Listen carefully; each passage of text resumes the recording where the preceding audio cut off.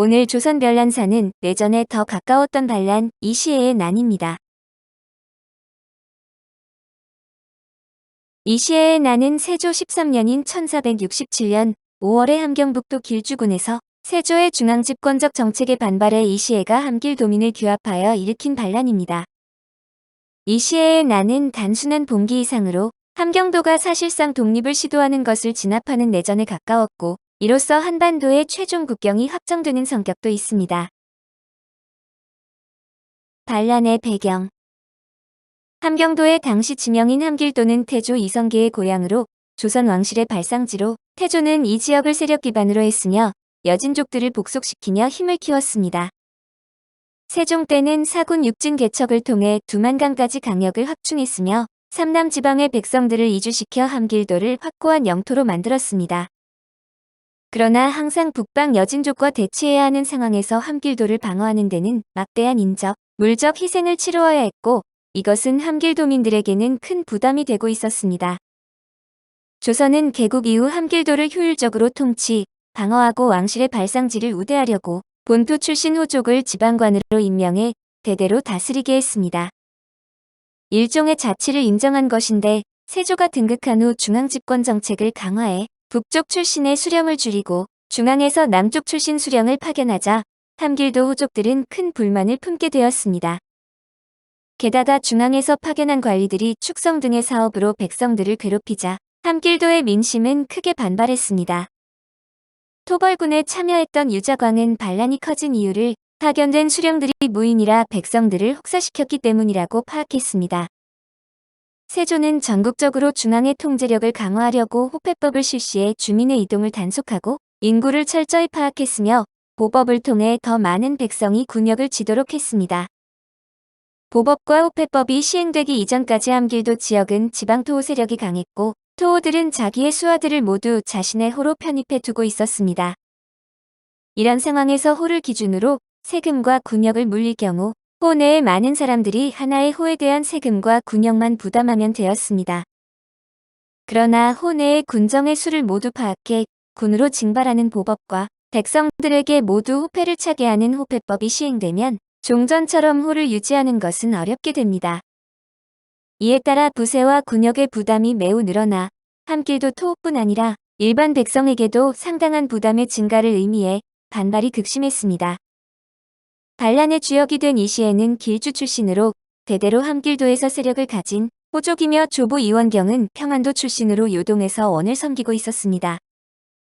그러나 공민왕 19년인 1370년에 이성계가 동령부를 정벌할 때 항복해 조선 건국 이후 삭당도 첨절제사, 검규문화부사를 역임하며 함길도의 터전을 닦았습니다. 그는 원래 오로천모가라는 몽골식 이름을 가지고 있었으나 이성계가 오라산성을 공격할 때 300여 호를 거느리고 와서 항복한 이후 이름을 원경으로 고쳤습니다. 그의 아들 이인화도 판영응대도 부사, 함길도첨절 제사를 역임해 이시에는 태조 이성계처럼 변방 출신으로 성장한 집안의 후손이자 3대째 함길도의 세력을 가진 토호였습니다. 자신도 경응진 병마절도사, 첨지 중추부사 판회령 부사를 역임한 바 있었는데, 조정에서는 그가 관직을 세습하고 수령을 역임했으며 양민을 많이 거느려 강력한 세력을 이루었다고 평가했습니다. 세조는 워낙 의심이 많아 측근을 제외한 이들의 말은 잘 믿지 않았고, 특히 이징옥의 난 이후 북쪽 변방 출신 장수를 불신했습니다. 이시에는 자신이 북방의 토호로 피해를 보는 입장이며 함길도의 호족과 백성들이 중앙의 통치에 불만을 갖고 있음을 알고 이들을 선동해 반란을 일으키려는 야심을 갖게 되었습니다. 반란의 전개와 진압. 이시에는 동생 이시압, 사위 이명효 등과 함께 충청, 전라 경상의 하삼도, 군병이 수륙으로 함길도로 진격하고 있다고 사람들을 선동했습니다. 충청도 군선이 함길도에 와서 여진족들과 합쳐 함길도 백성들을 모조리 죽일 것이고, 평안도와 황해도 병사들도 설할령을 넘어 함길도에 들어올 것이라는 등의 유언비어를 퍼뜨린 것입니다. 그리고 세조 13년인 1467년 5월 10일에 지방을 순찰하기 위해 길주에 온 함길도 병마절도사 강효문을 밤중에 습격해 살해하고 길주를 근거지로 반란을 일으켰습니다. 동시에 길주 목사 설정신, 길주 판관 박순달, 불영부사 김익수 등을 살해했으며 단천, 북청, 홍원으로 진격하면서 토호들을 선동해 조정에서 파견한 지방관들을 모두 죽이도록 했습니다. 아울러 조정에는 강효문이 함길도의 병사들을 거느리고 반란을 일으키려 해서 자신이 먼저 그를 죽였다고 거짓으로 보고를 했습니다. 또한 강효문이 한명회, 신숙주 등 조정의 대신들과 짜고 반란을 일으켰다고 고해 반란에 대한 대응을 늦추려는 시도로 아래와 같은 편지를 보냈습니다. 신숙주, 한명회가 강효문과 짜고 반역을 일으키려 했습니다. 그래서 신이 강효문, 설정신, 김익수를 죽였습니다. 의심이 많은 세조는 일단 한명회와 신숙주를 옥에 가두었는데 신숙주는 함길도 관찰사로 있던 아들이 이시해의 군에게 목숨을 잃는 참변을 감옥 안에서 들었습니다.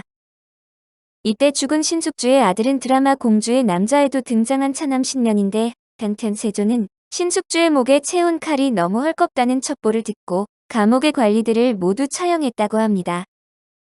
한편으로 함길도민들에게는 자신의 반란이 세조의 뜻에 따라 강효문 등을 처단한 의거라고 선전해 세력을 모았습니다. 초기 함길도민들은 이시해가 퍼뜨린 유언비어와 그의 설득에 넘어가 이시해가 충신이며 그를 토벌하러 온 군대가 오히려 역적이라고 생각할 정도였습니다. 세조는 구치관 등과 함께 반란을 진압할 계획을 세웠는데 당시 27세였던 구성군 이준을 함길 강원 평안 황해의 사도 병마도 총사에 호조 판서 조성문을 부총사에 임명했습니다. 허종을 함길도 절제사로 삼았으며 강순 어유소, 남이 등을 대장으로 삼아 3만의 군사를 주어 함흥으로 출발해 반란을 진압하도록 했습니다. 세조는 이후 구성군 이준에게 군사 3만을 주어 함길도로 보냈는데 총지휘관 구성군은 25세로 문과에 급제한 지 1년밖에 안 되었고 남이도 19세에 무과 급제 후 7년 차에 불과했습니다. 이를 보좌하는 부사령관 격인 강수는 무려 77세로 25살 총사령관을 77살 부사령관이 보위하는 진풍경이 일어난 것인데 세조가 젊은 종친들을 신뢰했기 때문이었습니다. 구성군은 세조의 조카 남이는 태종의 외증손자로 세조에게는 오촌 내종 조카가 되는데 육촌 관계인 구성군과 남이는 1441년생의 동갑내기였습니다. 한편 구성군과 남이를 보좌한 강순도 비록 종친은 아니지만 세조와 관계가 있는데 태조의 계비인 신덕왕후 강씨의 사촌인 강진행의 아들입니다. 구성군은 혈기왕성한 20대인데도 불구하고 매우 신중했는데 세조에게 군량미를 보내달라, 증원군을 보내달라, 무기를 더 보내달라고 사사건건 요구해 세조가 짜증을 낼 정도였답니다. 또한 함길도 각지에 효유문을 보내 백성들이 반란에 가담하지 못하게 설득하는 동시에 항복을 권유했습니다. 조정에서 보낸 효유문은 반란 토벌에 공을 세우면 죄 있는 자는 죄를 용서해주고 천인은 양인으로 만들어주며 억지로 따른 자는 불문에 붙일 것이라고 했습니다.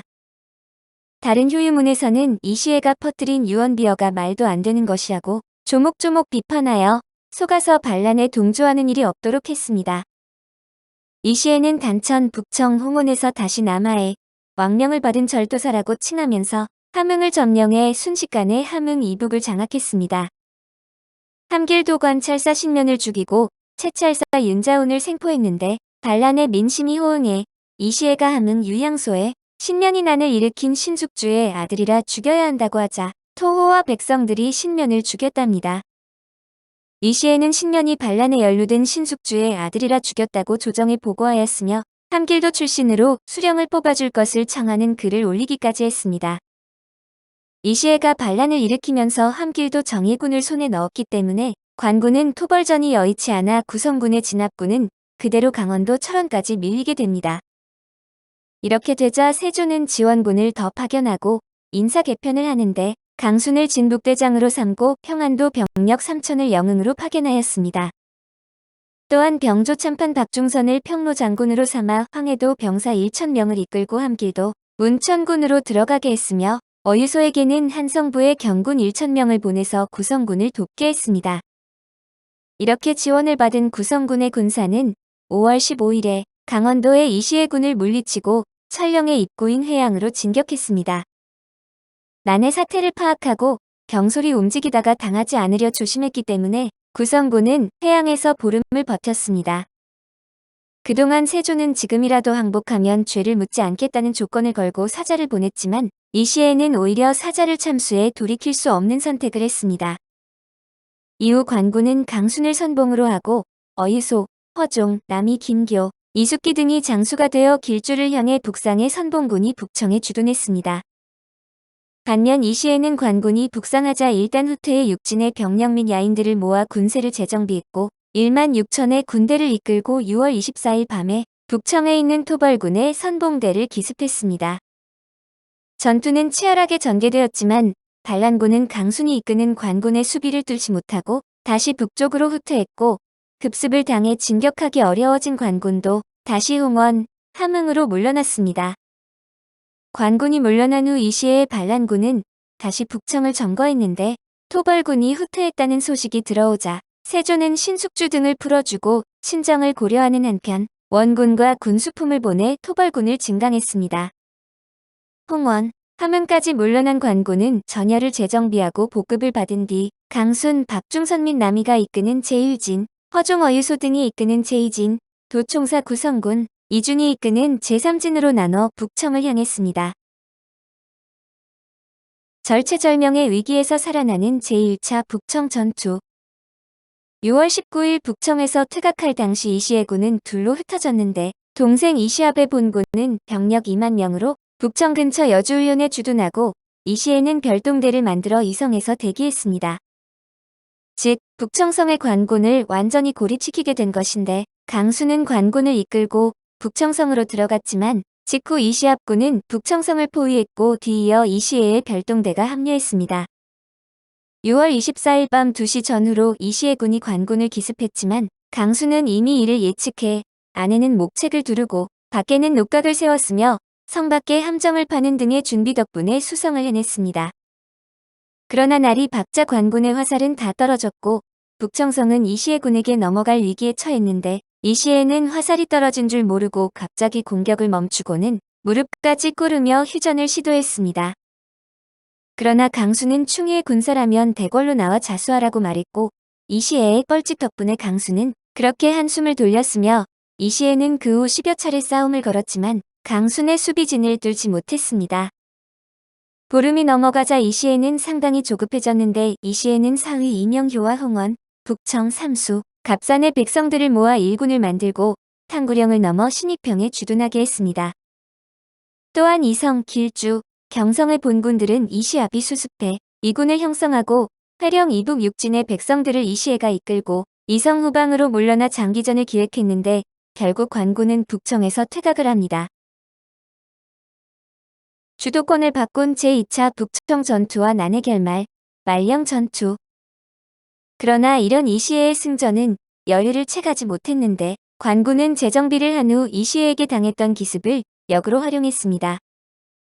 강순의 일진은 산계령을 넘고 어유소의 이진은 종계령을 넘어 북청으로 진입하고 구성군의 군사는 북청 앞 평포로 진격했습니다. 강순과 어유소의 군사는 협공하여 산계 종계령의 이시의 군을 격파하고 북청으로 쇄도에 들어가 이시에가 임명한 가짜 부절도사 유득지의 군을 격퇴하고 병력을 흡수했습니다. 그 덕분에 관군의 수는 약 5만 명으로 늘어났는데 이시에는 북청 패퇴의 소식을 듣고 병력 1만여 명을 이끌고 북청 동쪽 68리에 있는 천엄의 말령으로 갔습니다. 상황이 이렇게 되자 이시의 군은 이제 농성전으로 갔는데 이성의 말령은 남으로는 동해를 등지고 북으로는 태산을 낀 천혜의 요새라 이시에는 여기서 버티기로 했습니다. 관군도 말령의 전군을 집결시킨 후 본군은 큰 길로 나가고 허종은 남쪽 중봉, 우공은 이시의 군 선봉이 있는 주봉, 어유소는 바닷가를 돌아 동봉, 김교는 북산 밑으로 각각 나가 포위를 했습니다. 그 사이 이시에는 여진족에게 도움을 청했지만 사자가 도착하기도 전에 무너져 결국 말령 중봉의 삼중으로 진을 치고 결사적으로 버티면서 말령을 지키려고 합니다. 그러나 관군이 가져온 신무기인 문종하차의 집중포격으로 대열이 무너지고 음력 7월 31일 저녁 6시 유시의 어유소의 군대가 말령 동봉 절벽을 올라 좌측의 허를 찔러 방어선이 무너집니다. 결국 말령이 함락되자 이시에는 이성으로 도망쳤는데 8월 1일 이시에는 이성의 객사와 창고를 불사르고 마울령을 넘어 단천으로 퇴각했습니다. 8일에 관군이 마울령을 넘자 이시에는 단천 앞 남대천에서 저항을 시도했지만 또 패했고 12일에는 단천에서 패배해 마천령을 넘어 거병지 길주로 퇴각했습니다. 이 시에는 단천에서 관군을 막으려 했지만 부하들의 사기가 떨어진 데다 병력이 크게 줄어 다시 단천을 버리고 길주로 도주했습니다. 그는 재기를 노리고 육진의 병사들과 야인들을 규합하기 위해 경성으로 가다 8월 12일에 처족하이자 함경도 절제사 허종의 부하였던 허유리에게 생포되어 동생 이시합과 함께 관군에 압송되었습니다. 구성군 이주는 이들을 문초한 이후 목을 베어 조정에 보내었고 8월 18일에 한양에 이시의 형제의 목이 도착함으로써 반란은 종결되었습니다. 반란의 결과 및 영향. 반란이 종결된 이후 세조는 반란 진압에 공을 세운 구성군, 이준 등 45명을 적개공신으로 책록했는데 구성군 남이 강순 그리고 갑사 유자광 등이 급성장을 한 바 이것이 신공신입니다. 세조가 구공신을 견제하려고 키운 세력인데 신숙주와 한명회를 잠시 옥에 가둔 것도 비슷한 맥락입니다. 그러나 세조의 병세가 갑자기 악화되면서 구공신을 다시 우대했고 예종과 성종 시기가 되면서 이들과 기존의 재상들과의 갈등은 이후 구성군 사건, 남이의 옥으로 표출되게 됩니다. 이들 이외에도 많은 사람들이 적개공신에 책록됨으로써 출세하였는데 경주 양동마을의 입향조 손소 역시 이 시해에 난 진압 때 공신이 되어 특진된 인물입니다. 반란이 일어난 함길도에 대해서는 각업양면의 처우가 이루어졌는데 함길도의 민폐를 덜어주는 조치를 취함과 동시에 함길도를 남북으로 나눠 통치를 강화했습니다. 즉 세조의 중앙집권적 정책에 대한 불만을 이용하여 일어난 반란이 결과적으로는 중앙집권화를 촉진하는 결과를 불러일으킨 것입니다. 이때를 기회로 훈구 공신들은 종친들이 벼슬에 나가는 것을 막으려 시도했는데 그것이 종친사환금지법으로 조선 이후대로 갈수록 왕권이 약해지는 원인이 되었습니다. 이 시해가 난을 일으키기 위한 세력을 모을 때 율양소를 근거지로 삼았는데 율양소는 고려시대 사심관 제도를 기반으로 삼은 제도로 지방 수령의 보좌기관과 향리의 감찰 역할을 했습니다. 이 시해의 난은 전국적으로 율양소를 철폐하는 데 하나의 계기가 되었는데 성종대 김종직은 율양소의 복설을 주장하면서 율양소가 이 시해의 난 이후로 철폐되었다고 했습니다. 그러나 점차 중앙에서 파견된 수령과 대립하는 경향이 강해져 태종 때 폐지했다가 세종 때 중앙의 감독기관으로서 경제소를 두고 복구시켰습니다. 이 시해의 고향 길주는 반역향으로 낙인 찍혀 길성현으로 강등되었고 함길도 영안도로 계층되는데 함경도로 계층된 건 중종 때입니다. 또한 조사의의 난과 이징옥의 난에 이어 이 시해에 난까지 터지면서 함경도 지역은 태조 이성계의 조선 건국의 발판이 된 곳임에도 불구하고 반역향으로 취급받고 유무형으로 차별을 받게 됩니다. 이런 차별 속에 함경도민의 분노는 쌓였고 훗날 임진왜란 때 피난온 임해군 순화군이 함경도민의 온갖 횡포를 부리자 분노의 기름을 부었습니다. 결국 국경인을 중심으로 함경도민들이 두 왕자를 체포하여 당시 함경도 지역으로 침공해온 가토 기요마사 휘하의 일본군에게 바쳐버리는 사태가 터지는 원인이 되었습니다. 이 시해의 난은 애초부터 별다른 명분이 없었는데 요구사항은 함길도 지방의 관리를 다시 함길도 출신 북방민으로 임명해달라는 정도로 명분만 보면 시작부터 진 싸움이었습니다. 조사의의 난 때는 함경도에서 절대적인 지지를 얻었던 태조 이성계가 사실상의 지휘관이었고 그 태조와 신덕왕후의 원수를 갚자는 명분 때문에 초반에 지지가 상당했지만 이 시해에 나는 명분이 없었습니다. 그리고 이 반란은 종친 구성군 남이와는 달리 서울 출신 일개 갑사였던 유자광이 중앙정계에 진출하게 된 계기가 되었습니다. 갑사는 시대가 흐를수록 일반 병사보다 좀 나은 대우를 받는 병사처럼 되었지만 조선 초기에는 일정한 재산과 신분이 보장되어야 가능했던 고급 병종이었습니다. 유자광은 강경한 대책을 주문하는 상소를 올려서 세조에게 신망을 샀고 이후 토벌군과의 연락관으로 활동하며 공을 세워서 세조의 총애를 받아 정계에 진출할 수 있었습니다. 문헌상으로 제일 먼저 집향촌 양동마을에 입향했다고 기록된 인물인 손소는 이 시해의 난을 평정한 공로로 적개공신 2등에 올라 기천군에 봉해져 공조참의가 되었습니다. 이 난의 진압에 가장 큰 공을 세운 어유소는 이후 어우동 스캔들에 연루되어 정치 생명의 위기를 맞지만 결과적으로 큰 처벌 없이 복직을 했습니다. 이 시해의 난을 진압한 장수들은 바로 명군과 여진족 추장 이만주를 협공하기로 하고 이만주의 근거지로 쳐들어가 이만주와 측근들을 토벌했습니다. 완전 황당하게 벌어진 일인데 명나라에서 이만주 토벌에 나서면서 조선의 도움을 구했는데 명나라와 북원의 전쟁 도중 이만주가 요동 공략에 나서 명나라의 분노를 샀기 때문입니다. 이때 세조는 이만주는 벌써 도망갔을 것이고 빨리 갔다 이만주를 못 잡으면 명나라에서 조선군 때문에 못 잡았다고 할 테니 이만주를 잡느라 무리하지 말라고 했습니다. 그런데 정작 조선군이 올 것을 예측 못한 이만주는 가족, 측근들과 함께 근거지에 남아 있었던 덕분에 오랫동안 조선의 골칫거리였던 이만주와 그 세력은 조선군에 의해 일망타진됐습니다. 강순이 이만주를 잡아 죽였는데도 명군이 안 보여서 이만 돌아가겠다는 장계를 올린 걸 보면 끝내 명군은 나타나지 않은 모양입니다. 불안정했던 조선 초기를 안정화시키는 과정을 보면 미국의 남북전쟁과 닮은 점이 많으며 당시 새로운 최신식 무기들을 대량으로 동원한 것도 비슷합니다. 오늘 조선 별난사는 내전에 더 가까웠던 반란 이 시해의 난이었습니다.